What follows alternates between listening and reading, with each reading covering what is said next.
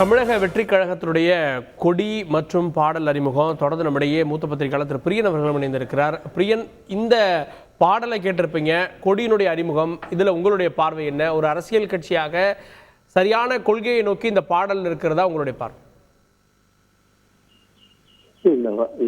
முதல்ல இந்த கொடி பாத்தீங்கன்னா மற்ற கட்சிகளுடைய சாயல் எதுவும் இல்லாம இருக்கிறது ஒரு சிறப்பம்சமா நான் பாக்குறேன். ஆக்சுவலா இது அந்த வெற்றின்ற வார்த்தைக்கு ஒரு குறியீடாக அந்த கொடியை அவர் கொண்டு வந்திருக்காரு. அந்த வாகைப்பூக்களை விற்கிற விதமாகட்டும், அந்த காலத்து அரசர்கள் போர்க்களத்துல வெற்றி வாகை சூடி வரும்போது வாகை மலர்களால் அவங்களுக்கு மாலை சூடுவாங்கன்ற ஒரு விஷயம் இருக்கிறதுனால அந்த மலர்களை கொடியில வச்சிருக்கிறது மூலமாக வெற்றி கழகம் என்ற பேருக்கும் அந்த கொடிக்கும் உள்ள ஒரு தொடர்பை அவர் உறுதிப்படுத்துறாரு. ஆக்சுவலா இந்த பாட்டுக்களை பொறுத்து மட்டும் அவரை அரசரை எதிர்த்து தளபதி கேள்வி கேட்கும் காலம் இதுன்ற போது அவர் ஆளுங்கட்சி அது ஆண்டு கொண்டிருக்கிற கட்சியை வச்சு ஒரு எதிர்கட்சியாக ஒரு ரோலை பர்ஃபெக்டா நான் பண்ணுவேன், அநீதியில் எதிர்த்து கேள்வி கேட்பேன் போன்ற விஷயங்கள பாடல்ல வெளிப்படுத்துறாரு.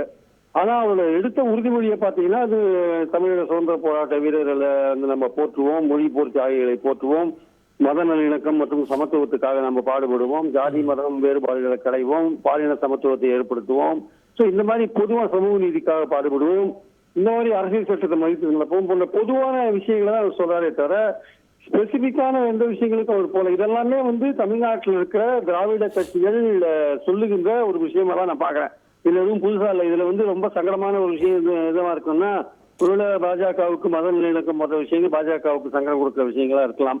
நான் அவங்களுடைய ஐடியாலஜி படி பாத்தீங்கன்னா அது மத நல்லிணக்கம் நடக்கிற மாதிரி தெரியல நாட்டுல. ஸோ ப்ராபபிளி இந்த அவருடைய உறுதிமொழிகளை பார்க்கும்பொழுது தமிழ்நாட்டுக்கு ஏற்ற ஒரு கட்சியாக, இந்த மண்ணுக்கு ஏற்ற ஒரு கட்சியாக தமிழக வெற்றி கழகத்தை விஜய் கட்டமைக்க முயற்சி செய்கிறார் என்பது நமக்கு பளிச்சுன்னு தெரியுது. அடுத்து வர அவருடைய மாநாட்டில் தான் அந்த கட்சி கொடியோட பின்னணி அது எப்படி உருவாச்சு போன்ற விஷயங்களை சொல்றாரு. இன்னைக்கு நாட்டுல பல விஷயங்கள் மத நல்லிணக்கத்துக்கு மாறாக பல விஷயங்கள் நடந்துட்டு இருக்கிறத பாக்குறோம்.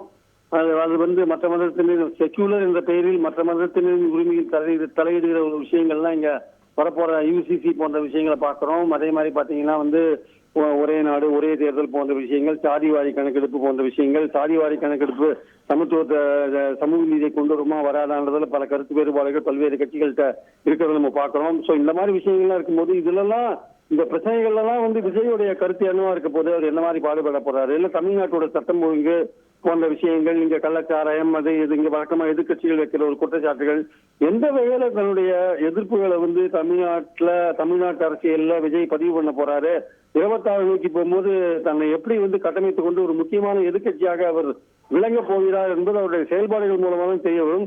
இன்னைக்கு அவர் எடுத்திருக்கிற உறுதிமொழிகள்லாம் ஒரு பொதுவான உறுதிமொழிகள், அது தமிழகத்துல இருக்கிற திராவிட கட்சிகள் எல்லோருமே எடுத்துக்கொள்கிற ஒரு உறுதிமொழிகளாக தான் நான் பாக்குறேன். மற்றபடி வேற எந்த வித்தியாசத்தையும் பார்க்கல. அடுத்தபடியாக அவருடைய அணுகுமுறை பல்வேறு பிரச்சனைகள் எப்படி இருக்குன்றதை பொறுத்துதான் நம்ம அவருடைய அரசியலை இன்னும் துல்லியமாக கணிக்க முடியும் என்பது என்னுடைய கருத்து. நன்றி திரு பிரியன். அவருடைய பேச்சு செயல்பாடுகள் இதை வச்சுதான் கணிக்க முடியும் அவருடைய அரசியல் என்ற பார்வையில் எடுக்கிறீங்க. கொடியில் ஒரு வித்தியாசம் தெரிகிறது அப்படின்ற பார்வையை எடுத்து